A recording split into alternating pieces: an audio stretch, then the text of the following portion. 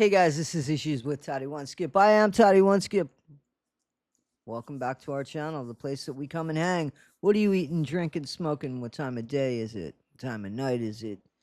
Do you know that Saturday night going into Sunday, we're going to make the clocks go back? So that's an extra hour. Oh, that's going to suck. That's the way it's going to be, guys. That's the way it's going to be, right? Fall behind, spring ahead. Guys, first of all, thank you so much. As always, I appreciate you. This close to 15,000. Loving it, loving it, loving it.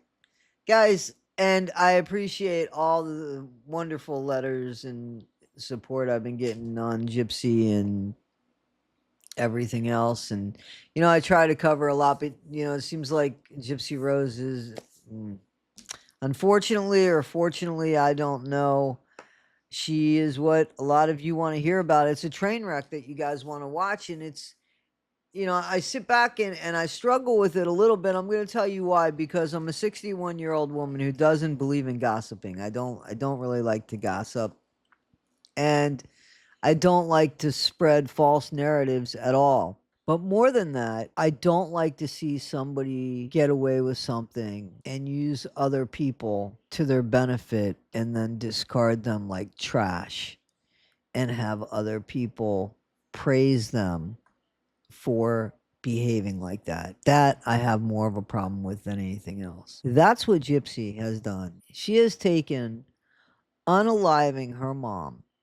Listen, if you bought into her narrative that she unalived her mom because she had Munchausen by proxy, because her mom had Munchausen. Where has she done anything to advocate for Munchausen?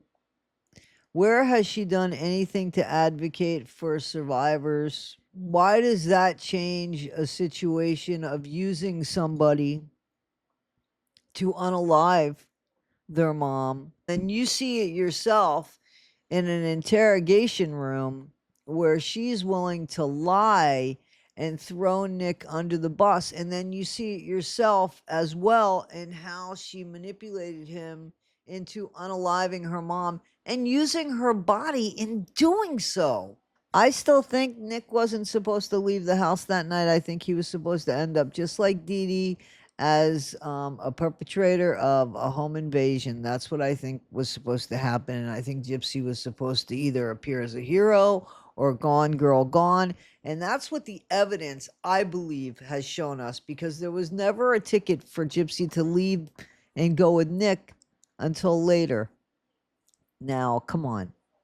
She set everything up except her escape. I'm not buying that. No, no, no, no, no. Mm-mm.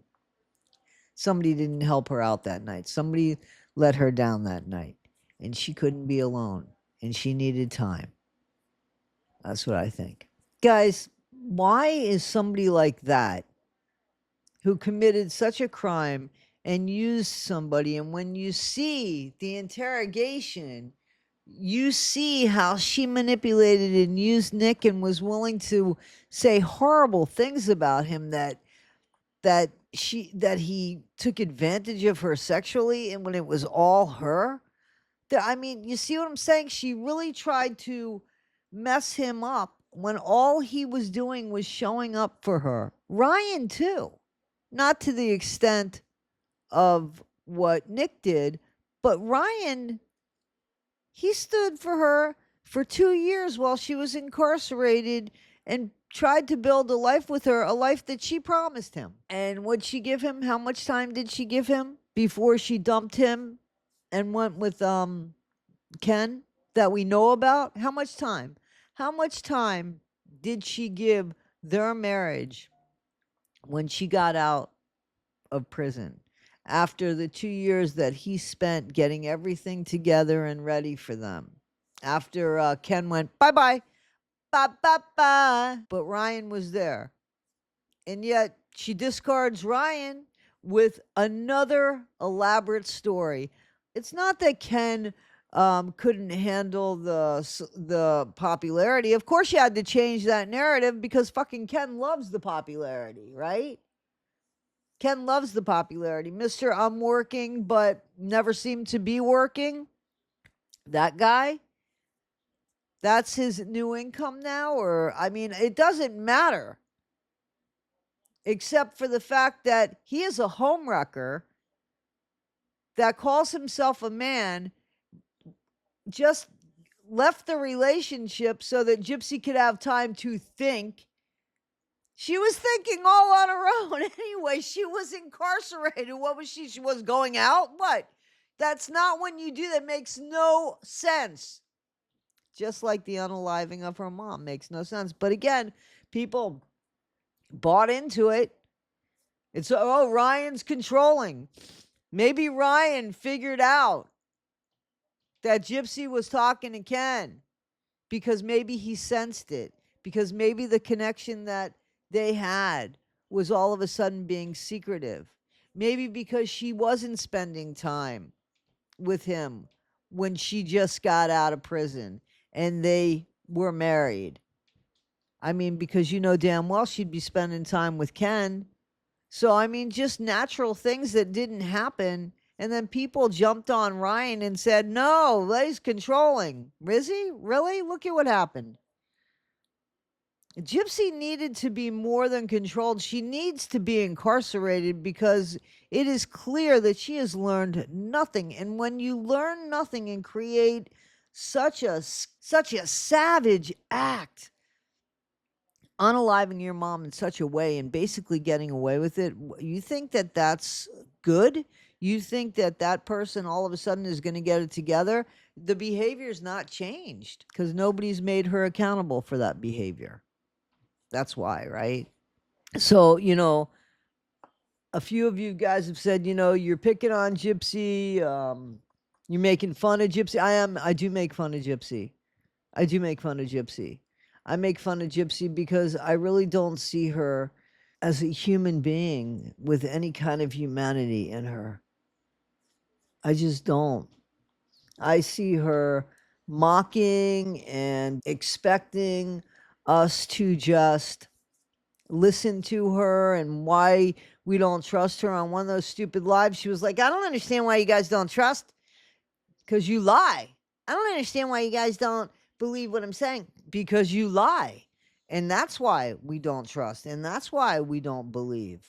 And that's why we want to see the fall of you, because you haven't taken any responsibility, have no remorse. Your mom's legacy is not only non-existent, it is disgusting. The memory that you have given this woman, this fictitious memory. It's not true. You've given your mom such a fictitious legacy. And Rod, shame on you for allowing that. It's really disgusting. And the fact that she could do that to the woman that was always there for her and actually did provide, yeah, it was messed up. I give you, it was messed up, but it wasn't abusive.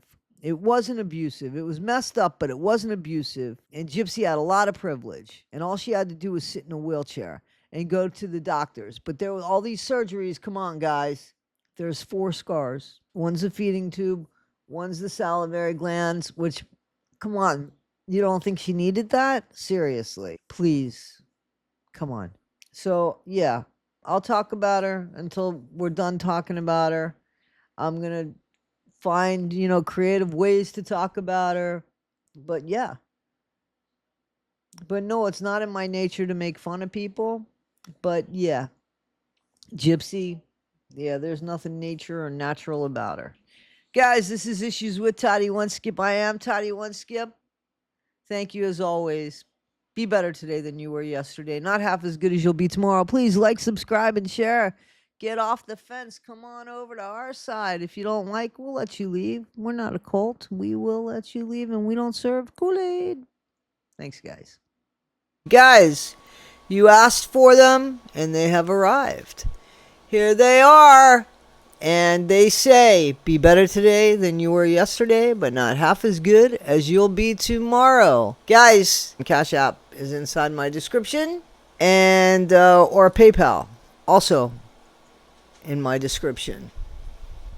Guys, $4, and I'll mail them to you. If you're out of the country, $5. Guys, just make sure that you send your address with it. In the memo, you should put your address. Inside is embossed. It says Toddy One Skip.